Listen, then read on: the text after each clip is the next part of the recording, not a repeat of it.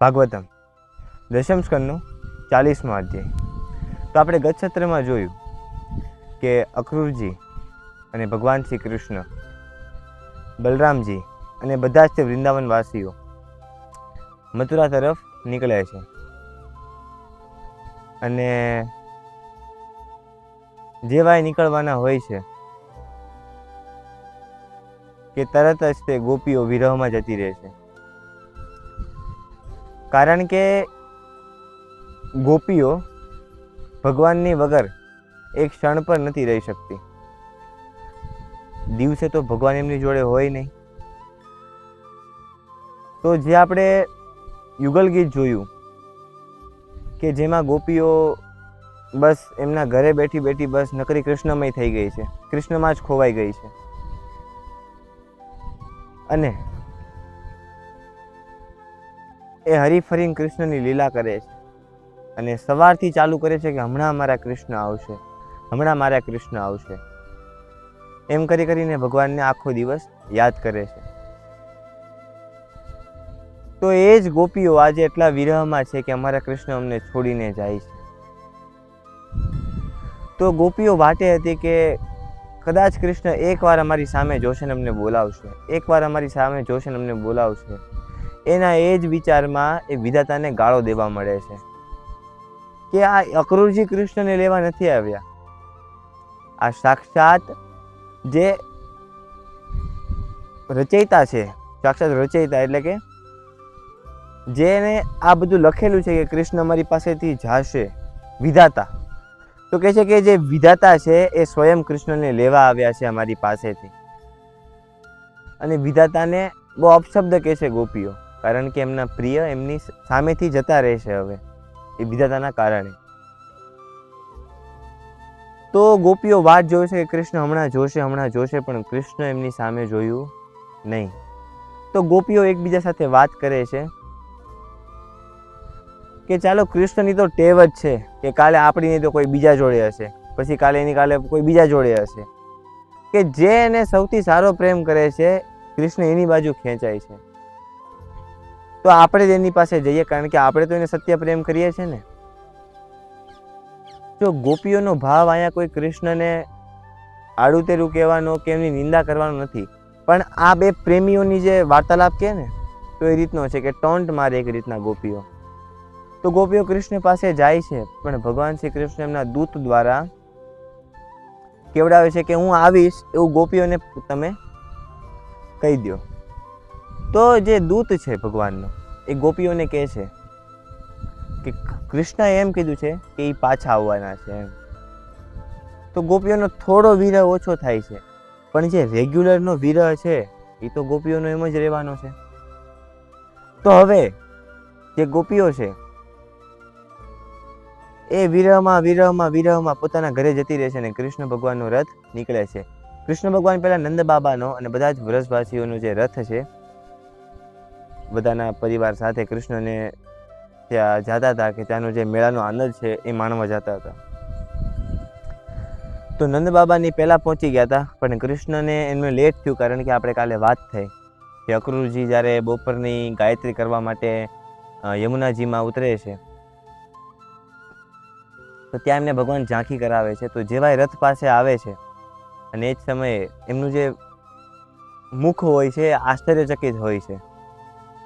તો એ જ આશ્ચર્યચકિત મુખ લઈને જ્યારે ઘોડાની લગામ પકડે છે તો એ જ સમયે ભગવાન શ્રી કૃષ્ણ એમને પૂછે છે કે કાકા, તમે શું નદીમાં કે આકાશમાં કાંઈ નવીન જોયું છે, શું કાંઈ ચમત્કારિક વસ્તુ જોઈ છે, તો તમે અમને કયો એ વાત.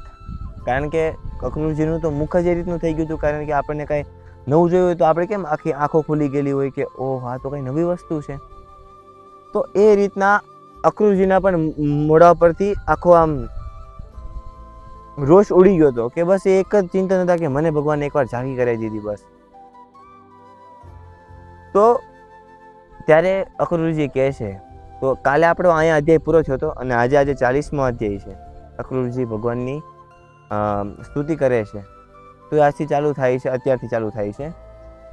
તો જે 40મો અધ્યાય છે એમાં અક્રૂરજી ભગવાનની સ્તુતિ કરવાનું ચાલુ કરે છે અને કહે છે કે હે પરમાત્મા, આ ચરાચર જીવ, આ નિર્જીવ સજીવ બધામાં જ તમારો નિવાસ છે, બરાબર.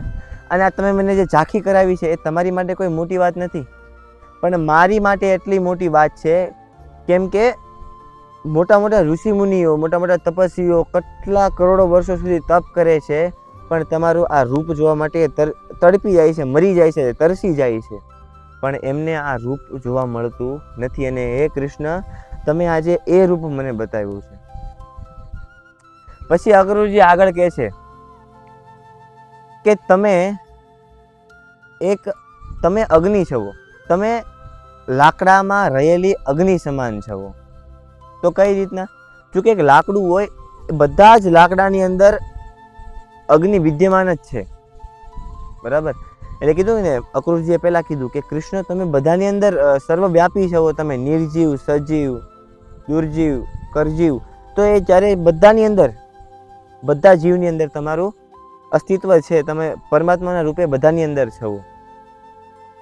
પણ એ લોકો જ તમારું દર્શન કરી શકે છે જે તમને જાણે છે.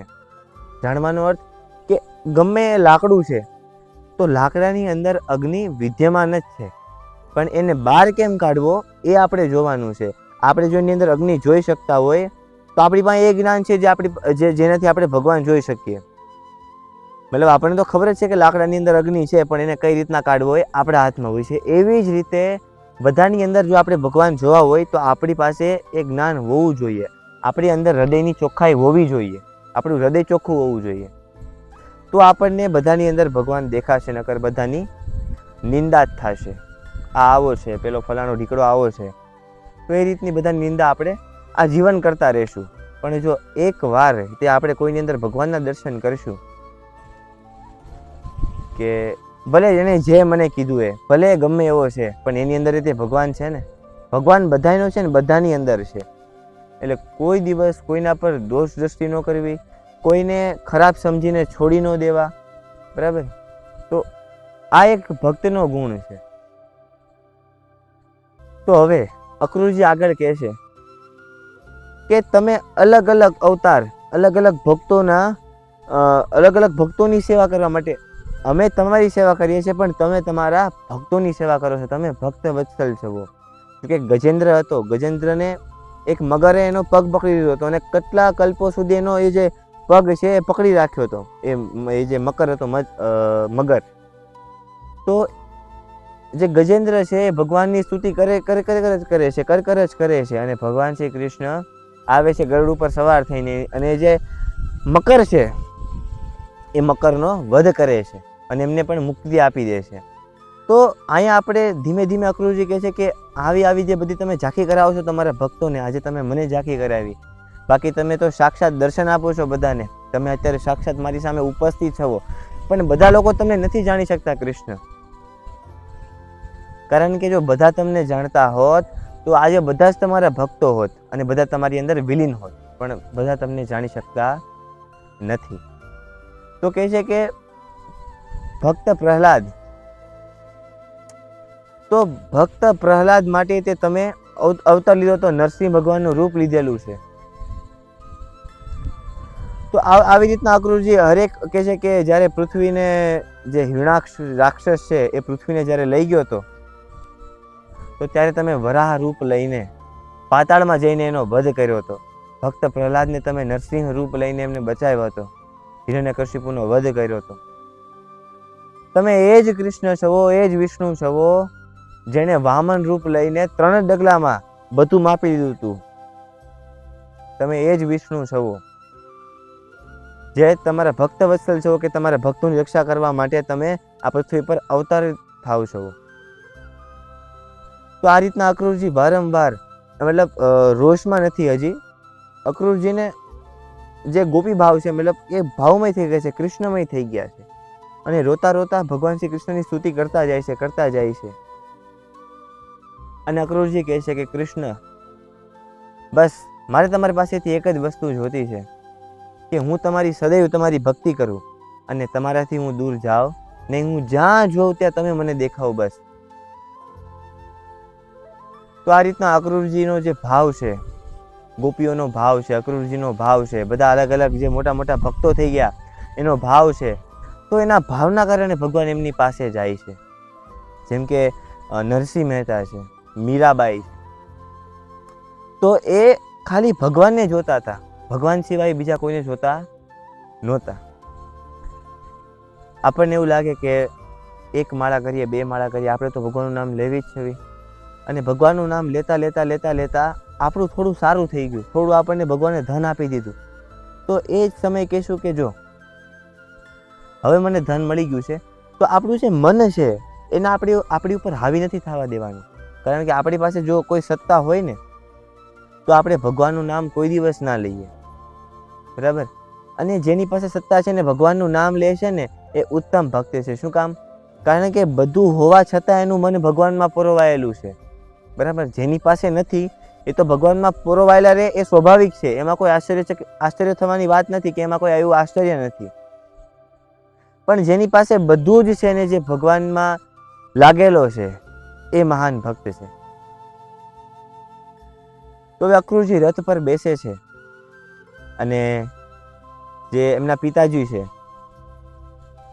યશોદા માતા ને બધા અગાઉ જ પહોંચી ગયા હોય છે. ત્યાં એક વનમાં એ લોકો રોકાઈ જાય છે અને પછી પાછળથી કૃષ્ણ ભગવાનને એ લોકો પહોંચે છે. અને અક્રૂરજી આ રીતના તે એમની જે ભગવાન પ્રત્યેની જે સ્તુતિ છે એને અહીંયા વિરામ આપે છે. તો આ રીતના બધા ભક્તોના ભાવો છે ભગવાન કૃષ્ણ પ્રત્યે. જો આપણી અંદર થોડો ઘણો જો ભાવ જાગી જાય તો કૃષ્ણ મળી જાય, અને જો નથી જાગતો તો આપણે એક જ વસ્તુ કરવું પડે કે બસ રાધારાણી શ્રીજીને પ્રાર્થના કરવી પડે, ભગવાન શ્રી કૃષ્ણની પ્રાર્થના કરવી પડે. આપણા જે ગુરુ મહારાજ છે એને આપણે પ્રાર્થના કરવી પડે કે બસ ગુરુજી એકવાર, શ્રીજી એકવાર મને છે ને ભગવાનના ચરણમાં લગાડી દો. બસ મને જે ભક્તિ ભાવ છે, ભગવાનનો જે ભાવ છે એ તમે મને એકવાર પ્રદાન કરી દો. હું એને મૂકવા નથી માગતો. પણ ઘણા બધા લોકોને આ વસ્તુ મજાક લાગે છે. શું કામ? કારણ કે એ લોકોને જે ઉચ્ચતર વસ્તુ છે એ ધન જ છે એમના માટે. પણ ધન કરતાં તે એક મોટી વસ્તુ છે જે ભગવાન શ્રી કૃષ્ણનો પ્રેમ છે, ભગવાન શ્રી કૃષ્ણની ભક્તિ છે. આ પૃથ્વી ઉપર, આ સંસાર ઉપર કોઈનું નથી. આ પૃથ્વી ઉપર બધા તમારી હારે જોડાયેલા છે. એનો મતલબ છે એમને તમારાથી કાંઈ જોતું છે. મતલબ ખાતર બધા એકબીજા સાથે સંબંધ રાખે છે. બાપ દીકરાનો સંબંધ, મા દીકરાનો સંબંધ, પતિ પત્નીનો સંબંધ, સાસુ દીકરાનો સંબંધ, અલગ અલગ બધાનો જ તે સંબંધ. જે કાકા કાકીનો સંબંધ, કાકા ભત્રીજાનો સંબંધ, મામા ભાણેજનો સંબંધ, તો આ બધા સંબંધ કોઈના કોઈ મતલબથી જોડાયેલા છે. મતલબ વગર કોઈનું છે નહીં. આપણા પોતાના તે આપણા પોતાના નથી. એક જ વસ્તુ આપણી પોતાની છે, એ છે કૃષ્ણ. પણ આપણે એ જ નથી જોતું. જે આપણું નથી આપણે એની પાછળ ભાગીએ છીએ. જે આપણું છે આપણે એને નથી પકડતા. મંદિરમાં જવાના કોઈ પૈસા નથી, ટોકીસમાં જવા માટે પૈસા દેવા પડે, પિક્ચર જોવા માટે પૈસા દેવા પડે, પણ તોય લોકો ત્યાં જશે, ત્યાં પ્રયાસ કરશે. પણ સામે કૃષ્ણ એમના ઊભા છે, ભગવાન એમના ઊભો છે, પણ ત્યાં કોઈ જશે નહીં. એટલી આપણી દુર્બળતા છે અંદરની. તો બસ આજ માટે એટલું જ. હવે આગળ શું થયું આપણે હવે પછીના અધ્યાયમાં શ્રવણ કરીશું. હરે કૃષ્ણ.